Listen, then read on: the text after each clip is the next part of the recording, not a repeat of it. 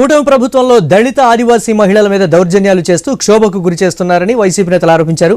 Principal సౌమ్యకు phone calls ట్రోల్స్తో MLA వేధింపులకు గురి చేశారని మాజీ మంత్రి మేరుగ నాగార్జున అన్నారు. వారం రోజులుగా వివాదం జరుగుతుంటే ప్రభుత్వం స్పందించలేదని మండిపడ్డారు.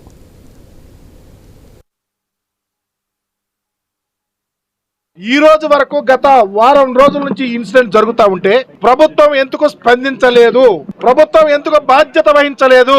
ఒక శాసన సభ్యుడి ద్వారా ఆమె యొక్క మనోవేదనకు ఒక దళిత ఆ విధంగా ట్రోల్ చేస్తే ఆమె చివరకు చావే గతని చెప్పి డెసిషన్ తీసుకోవడానికి కారణమైనటువంటి వారి మీద ఎందుకు చర్య తీసుకోలేదని అడుగుతా ఉన్నా. మీరు ఇంతకు ముందు అధికారంలో ఉన్నప్పుడు కూడా ఈ రాష్ట్రంలో దళితుల మీద ప్రజల మీద అఘాయిత్యాలు, దాడులు, అమానుషాలు జరిగిన మాట ప్రజలు మర్చిపోలా. అయా ముఖ్యమంత్రి గారు, అయా పవన్ ఉప ముఖ్యమంత్రి గారు, మీరు ఏం చెప్పారండి?